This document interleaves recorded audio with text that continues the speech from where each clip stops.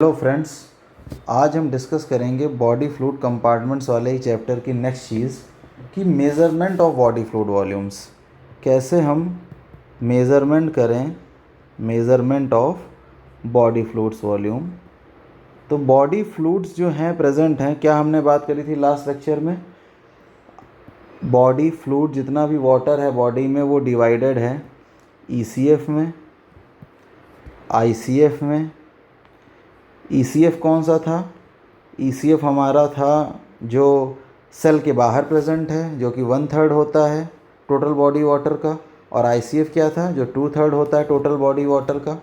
ECF और ICF को भी दो पार्ट में डिवाइड किया गया था, इंटरस्टिशियल फ्लूइड और दूसरा कौन सा? Blood plasma. ये दो चीज़ें थी जिनमें ये डिवाइडेड था। अगर इसका डिटेलिंग में आप जाना चाहते हैं तो इससे पहले का वीडियो देख सकते हैं जो पूरा बॉडी फ्लूइड कंपार्टमेंट्स की बात करी गई है। आज जो हमारा मेन टॉपिक है वो है measurement of body fluid volumes. Measurement of body fluid volumes के लिए हमें समझने के लिए सबसे पहली चीज़ जो ज़रूरी है समझने के लिए वो है indicator dilution principle. Indicator dilution principle बहुत ही सिंपल सा प्रिंसिपल है ये, जिसको हम क्लास 9 की केमिस्ट्री में भी पढ़ चुके हैं, कोई बड़ी चीज़ नहीं है। Indicator dilution principle. अब इस प्रिंसिपल में हमें ये ध्यान रखना होता है कि पहली चीज़ concentration into volume is equal to mass. क्या कंसंट्रेशन है, कितना वॉल्यूम है किसी भी चीज़ का। मान लीजिए कोई भी ऐसी चीज़ है, मान लीजिए एक हमने सॉफ्ट ड्रिंक ली, एक हमने कोक की बॉटल ली, जिस पे लिखा हुआ था कि each 100 ml contains 10 gram of sugar. For example 10 gram of sugar in 100 ml, 10 gram of sugar in 100 ml। तो इसका कंसंट्रेशन क्या हो गया? 10 ग्राम पर 100 ml। ये हमने कोक की बॉटल पे फॉर एग्जाम्पल हमने लिखा हुआ देखा कि 10 gram of sugar in 100 ml।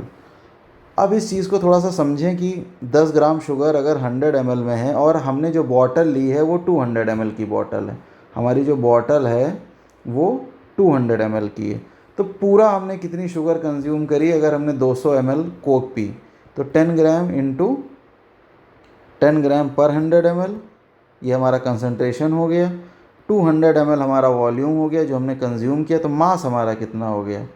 100, 200, ये 2 आया, ये हमारा हो गया 20 ग्राम ऑफ शुगर जो है वो हमने कंज्यूम कर ली। ये एक एग्जाम्पल हुआ concentration into volume is equal to mass का। अब दूसरी तरफ जाते हैं, इसको थोड़ा सा डिटेल, थोड़ा सा मैथमेटिकल प्रिंसिपल आएगा, इसको समझ लीजिए। बहुत आसान है बट थोड़ा सा हमें टाइम देना पड़ेगा, धीरे धीरे चलेंगे। अब एक एग्जाम्पल के तौर पे देखते हैं कि ये एक हमारे पास कंटेनर था, बड़ा सा कंटेनर था और इसका वॉल्यूम था 500 लीटर, 500 लीटर था। इसमें हमने एक डाई डाल दी, मान लीजिए पानी का कंटेनर था, पानी का बहुत बड़ा टैंक था 500 लीटर का, और इसमें हमने एक डाई डाल दी। मान लीजिए सपोज़ करिए कि हमने इंडिगो ही डाल दिया, डाई डाल दी कोई, और डाई जब डाली तो नीले रंग की डाई डाल दी, पूरा पानी नीला नीला हो जाएगा। तो ये एक हमने 20 ग्राम डाई ले ली, 20 ग्राम डाई डाल दी, या थोड़ा सिंपल करने के लिए कह सकते हैं 50 ग्राम डाई डाल दी, 50 ग्राम। और 50 ग्राम डाई का कैसे निकालें कि 50 ग्राम डाई डाली, C1 इंटू V1, ये हमारा कैलकुलेशन है। C1 V1 क्या है? डाई भी कहीं ना कहीं डाइल्यूट करके रखी होगी ना डालने के लिए। अब या चाहे पाउडर फॉर्म में डाला तो 50 ग्राम सीधे कह सकते हैं, अगर लिक्विड फॉर्म में डाला है तो कोई ना कोई एक कंसंट्रेशन के लिए आपने कुछ एक सोल्यूशन बनाया होगा, डाई का कंसंट्रेटेड सोल्यूशन। 50 ग्राम डाई अगर है, एक एग्जांपल के तौर पे लेते हैं, तो हमने 50 ml डाई ली और डाई का कंसंट्रेशन कैसा था? 1 ग्राम पर ml। तो ये C1 क्या हुआ? 1 ग्राम पर ml। V1 क्या हुआ? 50 ml। तो मैं हमारा डाई का मास कितना हो गया? मास ऑफ डाई क्या हो गया? Mass of dye is equal to 1 gram per ml into 50 ml is equal to 50 gram. 50 gram dye डाली।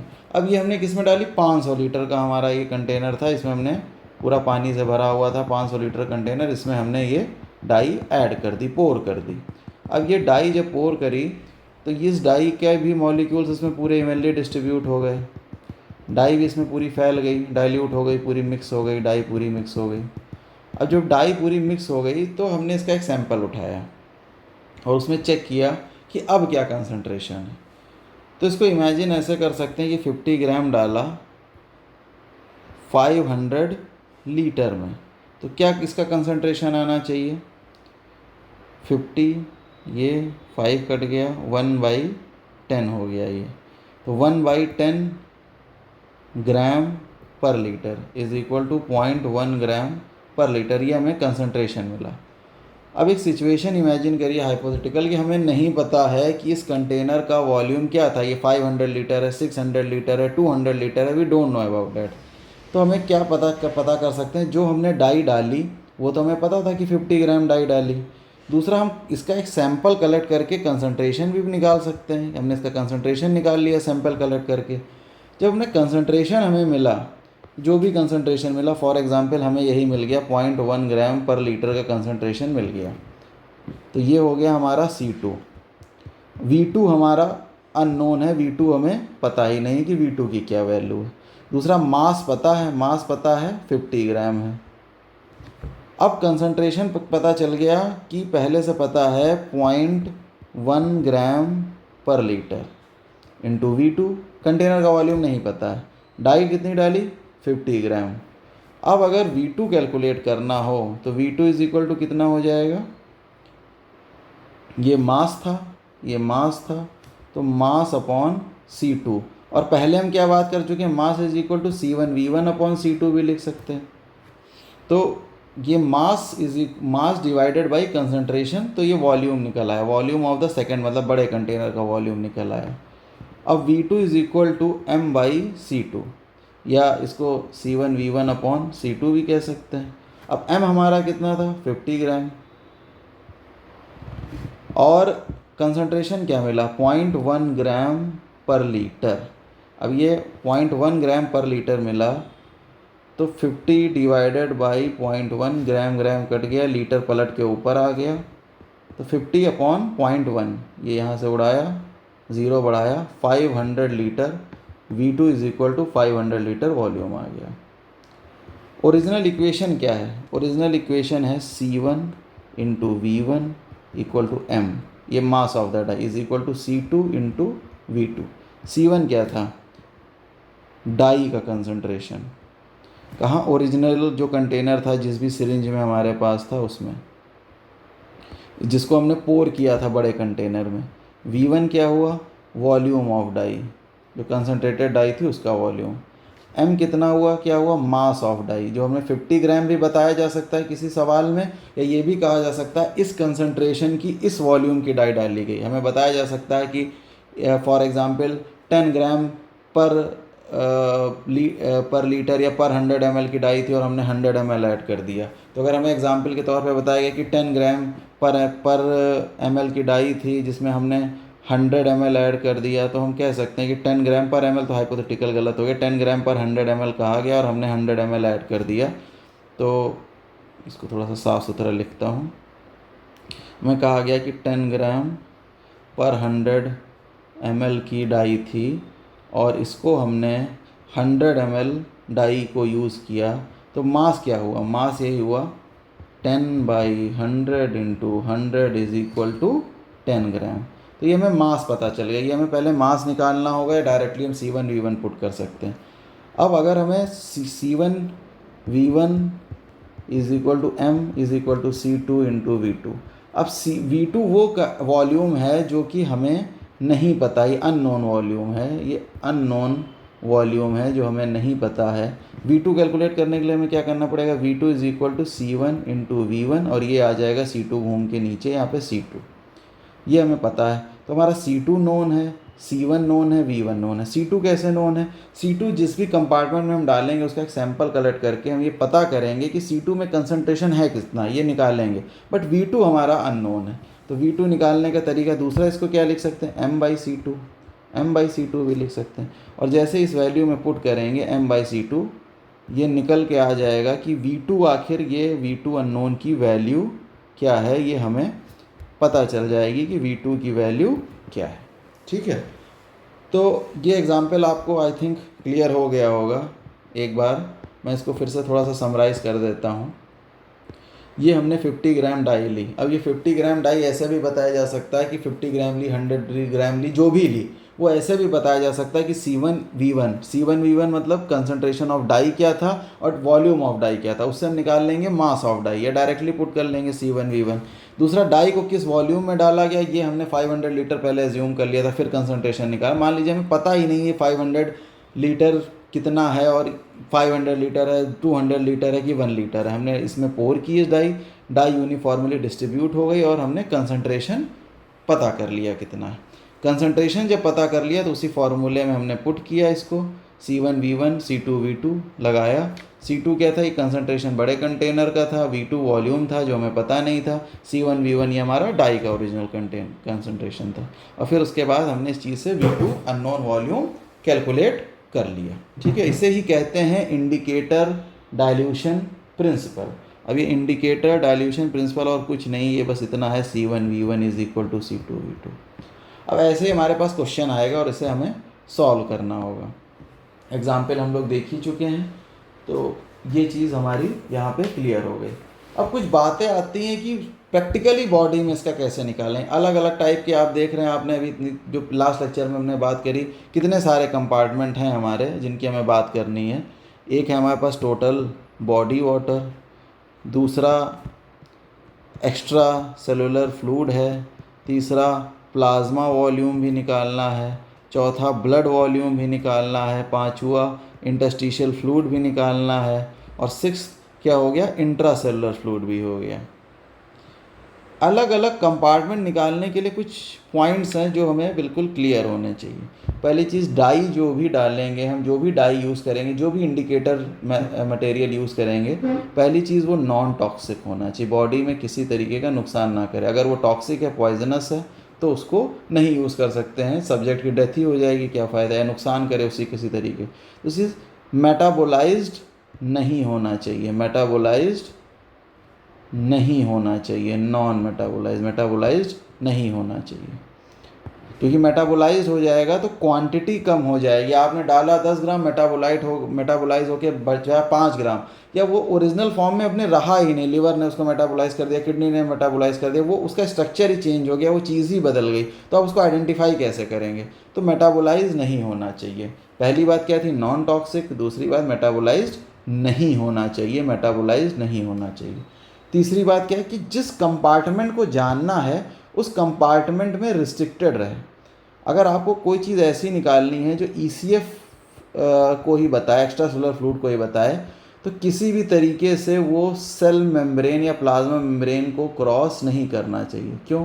क्योंकि अगर सेल मेम्ब्रेन को क्रॉस कर लिया, सेल मेम्ब्रेन को यदि उसने क्रॉस कर लिया तो सेल के अंदर चला गया, और सेल के अंदर चला गया तो फिर वो ECF ICF सारा वॉल्यूम बताएगा। एक पिछला लेक्चर का एक शॉर्ट सा डिस्कशन चाहूँगा, ये हो गई कैपिलरी वॉल, इसके आसपास भरा हुआ है इंटरस्टिशियल फ्लूइड, और इसी के आसपास एक सेल्स हैं, और इन सेल के अंदर जो भरा है वो क्या है, ICF। इन सेल के अंदर ICF है। यदि कोई चीज़ प्लाज्मा मेम्ब्रेन को क्रॉस कर जाती है, प्लाज्मा मेम्ब्रेन को क्रॉस कर जाती है, तो अल्टीमेटली वो क्या होगा, वो ECF और ICF दोनों का वॉल्यूम बताने लगेगी। तो हमारी पहली रिक्वायरमेंट क्या, अगर हमें सिर्फ प्लाज्मा कैलकुलेट करना है तो वो सिर्फ और सिर्फ क्या ब्लड वेसल्स में ही रहे, वो किसी भी तरीके से कैपिलरी को क्रॉस ना करें। अगर हमें इंटरस्टिशियल फ्लूइड प्लस प्लाज्मा निकालना है तो वो चीज़ किसी भी तरीके से सेल मेम्ब्रेन को क्रॉस ना करे। अदरवाइज़ अगर उस चीज़ ने सेल मेम्ब्रेन को क्रॉस कर लिया तो वो फिर पूरा डिस्ट्रीब्यूशन बताने लगेगी। तो एग्जाम्पल्स हमारे पास क्या हो गए, टोटल बॉडी वाटर अगर कैलकुलेट करना है तो हमें ऐसी चीज़ चाहिए जो पूरी बॉडी में इवनली डिस्ट्रीब्यूट कर जाए, हर जगह डिस्ट्रीब्यूट कर जाए, पूरी बॉडी में इवनली डिस्ट्रीब्यूट कर जाए। तो सबसे इसका पहला और मोस्ट कॉमनली यूज्ड एग्जाम्पल है ड्यूटेरियम। ड्यूटेरियम कुछ और नहीं, हैवी वाटर होता है, रेडियो एक्टिव वाटर होता है, रेडियो एक्टिव वाटर जिसमें हाइड्रोजन का मॉलिक्यूल जो होता है ड्यूट्रियम होता है, H2O नहीं, वो H2O होता है, एक प्रोटॉन के साथ एक न्यूट्रॉन भी होता है उस हाइड्रोजन के न्यूक्लियस में, तो हैवी वाटर रेडियो एक्टिव होता है। ग्रीन से लिख रहा हूँ, याद रखिएगा ये मोस्ट कॉमनली यूज है, सबसे इम्पॉर्टेंट यही है, मोस्ट कॉमन है ये। फिर सेकंड एग्जांपल हमारे पास क्या है, दूसरा ट्राइट्रियम भी यूज़ कर सकते हैं। ट्राइट्रियम भी कुछ नहीं, ये भी रेडियो एक्टिव वाटर ही है, बट रेडियो एक्टिव है बट थोड़ा नेक्स्ट लेवल का है, तो इसको कम यूज़ करते हैं। ये भी रेडियो एक्टिव वाटर ही है, ये भी पूरी बॉडी में इवनली डिस्ट्रीब्यूट हो जाएगा। बॉडी में पहले इसका एक इंजेक्शन दिया गया सब्जेक्ट को, वो उसके वेन में लगाया गया, वेन से पहुंचा हार्ट में, हार्ट से वो पूरी बॉडी में डिस्ट्रीब्यूट हुआ, डिस्ट्रीब्यूट होते ही वो कैपिलरी, प्लाज्मा मेम्ब्रेन सब क्रॉस करते हुए पूरी बॉडी में इवनली डिस्ट्रीब्यूट हो गया। गामा रेडिएशन चेक किया और हमने निकाल लिया कि क्या अब इसका कंसंट्रेशन है, और उससे हमें पता चल गया। तीसरा एग्जाम्पल क्या है, एंटीपायरिन, ये भी एक तीसरा एग्जाम्पल है, इसको भी यूज़ कर सकते हैं रेयरली, तो ये भी एक एग्जाम्पल हो गया एंटीपायरिन। अब नेक्स्ट चीज़ देखते हैं, तो हमें याद क्या रखना है, टोटल बॉडी वाटर, ड्यूट्रियम याद रखना है, बिल्कुल फिक्स एग्जाम्पल है। सेकंड नंबर पे इन्यूलिन।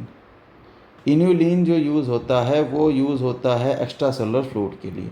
एक्स्ट्रा सेलुलर फ्लूइड अगर कैलकुलेट करना है सेल से बाहर का, तो इन्यूलिन गोल्ड स्टैंडर्ड है। जैसे कि वहाँ पे ड्यूट्रियम था, यहाँ पे इन्यूलिन गोल्ड स्टैंडर्ड है। ये सेल मेम्ब्रेन को क्रॉस नहीं करता, या कोई भी चीज़ जो एक्स्ट्रा सेलुलर फ्लूइड को मेज़र करती है वो सेल मेम्ब्रेन को क्रॉस नहीं करती है। तो यदि अगर ये सेल मेम्ब्रेन को क्रॉस नहीं करेगा तो ये कहाँ रहेगा, ये प्लाज्मा में प्रेजेंट रहेगा, इंटरस्टिशियल फ्लूइड में प्रेजेंट रहेगा। इस डायग्राम को देखकर सेल मेम्ब्रेन को क्रॉस नहीं कर रहा है इनुलिन या सुक्रोज या मैनिटॉल जिनको यूज़ करते हैं, तो ये अल्टीमेटली इस प्लाज्मा और इसी कंपार्टमेंट में रहेगा, इंटरस्टिशियल फ्लूइड में और प्लाज्मा में रहेगा। तो उससे फ़ायदा होगा, आईसीएफ में नहीं पहुँचेगा। इससे हमें ईसीएफ का वॉल्यूम पता चल जाएगा। ईसीएफ का मतलब क्या है, प्लाज्मा प्लस इंटरस्टिशियल फ्लूइड, इन दोनों चीज़ों में। तो इनुलिन गोल्ड स्टैंडर्ड है, ये याद रखना है। फिर और एग्जाम्पल हमारे पास क्या है, सुक्रोज को भी यूज़ कर सकते हैं। तीसरा एग्जाम्पल मैनेटॉल है, ये भी सेल मेम्ब्रेन को क्रॉस नहीं करता। तो ये 2-3 एग्जाम्पल हैं जो हमें याद रखने, जिसमें इनुलिन मोस्ट कॉमन है। सीधा सवाल इसी पे आता है। अब हमें सिर्फ प्लाज्मा वॉल्यूम अगर कैलकुलेट करना है, प्लाज्मा वॉल्यूम कैलकुलेट करना है, तो उसके लिए हमारे पास ऐसी चीज़ होनी चाहिए जो कैपिलरी को क्रॉस ना करे, सिर्फ रिस्ट्रिक्टेड रहे किसमें, ब्लड वेसल्स में, मतलब कैपिलरी, आर्टरी, वेन में रहे, लेकिन किसी भी तरीके से कैपिलरी मेम्ब्रेन को क्रॉस ना करे। तो इसमें हमारे पास मोस्ट टिपिकल एग्जाम्पल 2 हैं जो हमें याद रखने हैं। एक तो Evans blue dye and second is the radio active iodine with albumin. Albumin को हमने लोड कर दिया रेडियो एक्टिव आयोडीन से। अब ये सेल मेम्ब्रेन, ये कैपिलरी को क्रॉस नहीं करेंगे, रिस्ट्रिक्टेड रह जाएंगे, प्लाज्मा में ब्लड के अंदर ही घूमते रहेंगे। इससे हमें पता चल जाएगा कि क्या कंसंट्रेशन है डाई का, क्या कंसंट्रेशन है प्लाज्मा में, और प्लाज्मा का वॉल्यूम क्या है, वही उसी C1V1 = C2V2 से कैलकुलेट कर लेंगे। तो ये रेडियो एक्टिव एल्बुमिन डाल दिया, इससे हमें पता चल गया प्लाज्मा वॉल्यूम क्या है। अब तीसरा आता है कि ब्लड वॉल्यूम अगर निकालना है टोटल, क्योंकि प्लाज्मा क्या था, प्लाज्मा ब्लड विदाउट सेल्स था, जिसमें हमारे पैक्ड सेल वॉल्यूम अपना हटा दिया, हिमेटोक्रिट हटा दिया, आरबीसी डब्ल्यूबीसी निकाल दिए, तो ब्लड से बचा प्लाज्मा। बट अगर ब्लड वॉल्यूम कैलकुलेट करना है तो इसके 2 तरीके हैं। पहला चीज़ हमारे पास क्या है, radio active chromium labelled RBC, radio active chromium labelled RBC, एक ये चीज़, मतलब रेड ब्लड सेल्स को क्रोमियम लेबल कर दिया और इसको इंजेक्ट कर दिया, पूरे ब्लड वेसल में डिस्ट्रीब्यूट हो जाएंगे, कैपिलरी, वेन्स, सब जगह, बट ये क्रॉस नहीं करेंगे किसी भी हालत में कैपिलरी वॉल को, तो ये केवल रिस्ट्रिक्टेड रहेंगे ब्लड में।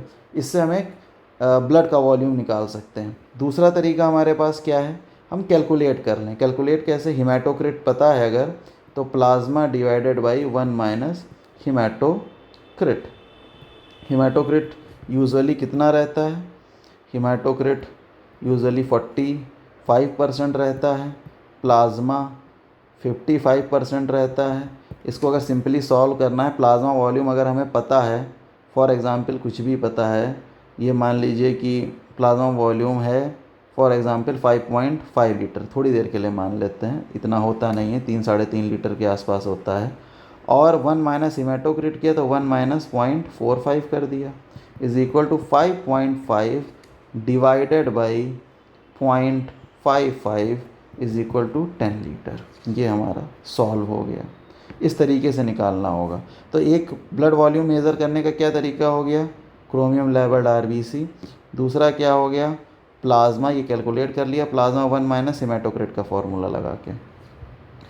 तीसरी चीज़ क्या हो गई, इंटरस्टिशियल फ्लूइड। इंटरस्टिशियल फ्लूइड अगर कैलकुलेट करना है तो इंटरस्टिशियल फ्लूइड कौन सा कंपार्टमेंट हुआ, कैपिलरी और सेल्स के बीच का, कैपिलरी और सेल्स के बीच का। इसको कैलकुलेट करने का कोई ऐसी चीज़ हमारे पास नहीं है जो कैपिलरी क्रॉस कर जाए बट सेल्स को क्रॉस ना करे, तो सेल मेम्ब्रेन को क्रॉस ना करे, कैपिलरी क्रॉस कर जाए। अगर ऐसी कोई चीज़ होगी तो कैपिलरी से वो लगातार डिफ्यूज़न की स्टेट में रहेगी ना, अंदर बाहर होती रहेगी, वो कभी कैपिलरी वॉल के अंदर जाएगी, कभी बाहर आएगी। तो ऐसा नहीं कर सकते ना कि कैपिलरी से उसको बाहर निकाल दिया, कैपिलरी में से निकल तो जाए बट वापस लौट के ना आए, ऐसी पॉसिबिलिटी नहीं होगी कि कोई चीज़ सिर्फ इंटरस्टिशियल फ्लूइड में, मतलब ये जो बीच का स्पेस था, ये वाला जो स्पेस था सिर्फ इसमें डिस्ट्रीब्यूटेड है। ऐसी हमारे पास कोई चीज़ फ़िलहाल नहीं है जो इस प्लाज्मा से तो निकल जाए, क्योंकि हम बॉडी में इंजेक्ट तो इसी के थ्रू करेंगे, ब्लड के थ्रू करेंगे, तो प्लाज्मा से निकल जाए, ब्लड से निकल जाए बट लौट कर वापस ना आए, ऐसी कोई चीज़ हमारे पास नहीं है। तो इसको सिंपली हम कैलकुलेट कर लेते हैं। कैसे, एक्स्ट्रा सेलुलर फ्लूइड निकाला। एक्स्ट्रा सेलुलर फ्लूइड के दो पार्ट हैं, प्लाज्मा और इंटरस्टिशियल फ्लूइड। अब हमने एक्स्ट्रा सेलुलर फ्लूइड को कैलकुलेट कर लिया, किससे कैलकुलेट किया, इनोलिन को यूज़ करके, सुक्रोज को यूज़ करके, मैनिटॉल यूज़ करके। प्लाज्मा वॉल्यूम कैलकुलेट कर लिया इवेंस ब्लू डाई यूज़ करके, या रेडियो एक्टिव एल्बुमिन जो आयोडीन से लोडेड थी, 125 आयोडीन लोडेड एल्बुमिन थी, उससे यूज़ कर लिया, कैलकुलेट कर लिया। और ईसीएफ और प्लाज्मा वॉल्यूम को सब्सट्रैक्ट कर दिया। तो नेट हमारा क्या आ गया, नेट हमारा आ गया इंटरस्टिशियल फ्लूइड, क्योंकि ECF is equal to interstitial fluid plus plasma. अब हमें इंटरस्टिशियल फ्लूइड को निकालना है तो इसको इधर ले जाएंगे, मूव कराएंगे, ECF माइनस प्लाज्मा, ये हमारा इंटरस्टिशियल फ्लूइड आ गया। इसके बाद एक चीज़ क्या होती है, इसके बाद लास्ट में आता है इंट्रासेलुलर फ्लूइड। इंट्रासेलुलर फ्लूइड, अब कोई ऐसी चीज़ चाहिए जो सेल मेम्ब्रेन को क्रॉस कर जाए और लौट कर वापस भी ना, केवल सेल्स के अंदर रिस्ट्रिक्टेड रहे, ऐसी कोई भी चीज़ हमारे पास नहीं है, ऐसी कोई भी चीज़ नहीं है। तो इसका हमारे पास क्या सोल्यूशन है, इसका सोल्यूशन है कि इंट्रासेलुलर फ्लूइड निकालने के लिए हम टोटल बॉडी वाटर निकाल लें। टोटल बॉडी वाटर जो कैसे कैलकुलेट किया था, ड्यूट्रियम को यूज़ करके, ट्राइट्रियम को या एंटीपायरिन को यूज़ करके, और एक्स्ट्रा सेलुलर फ्लूइड जो कैलकुलेट किया था इनोलिन को यूज़ करके, सुक्रोज को यूज़ करके, उससे सब्सट्रैक्ट कर लिया।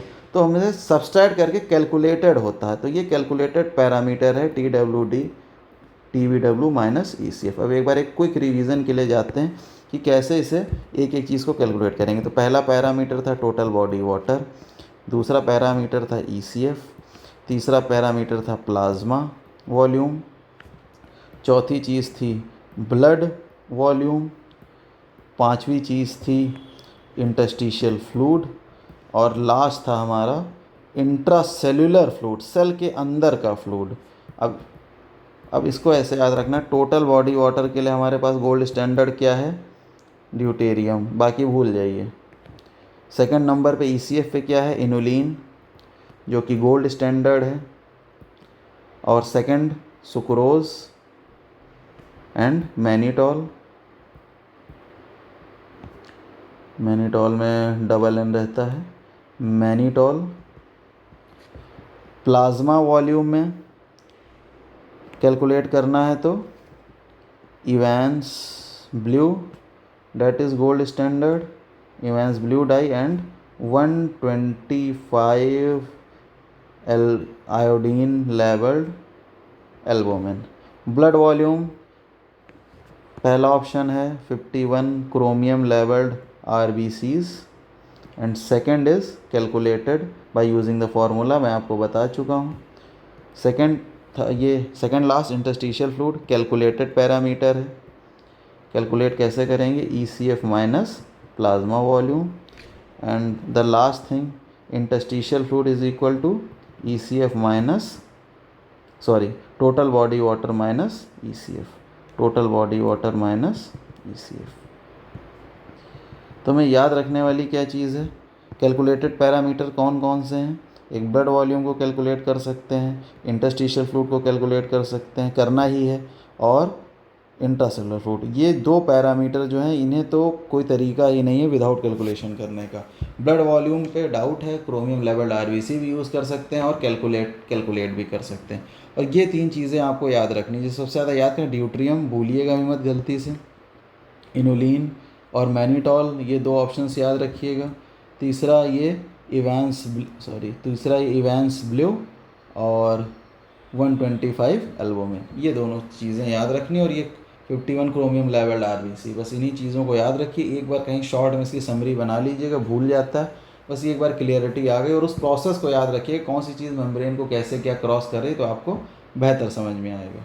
चलिए, okay, thank you. So next lecture में हम इसी में थोड़ा सा और देखेंगे कि क्या डिस्ट्रीब्यूशन है एनायंस और कैटायंस का, और फिर उसके बाद हम डिटेल में डिस्कस करेंगे transport across the cell membrane को, जिसमें सिंपल डिफ्यूज़न, जो passive diffusion, active passive type of transport, vesicular transport, सभी कुछ डिटेल में देखेंगे। Okay, thank you.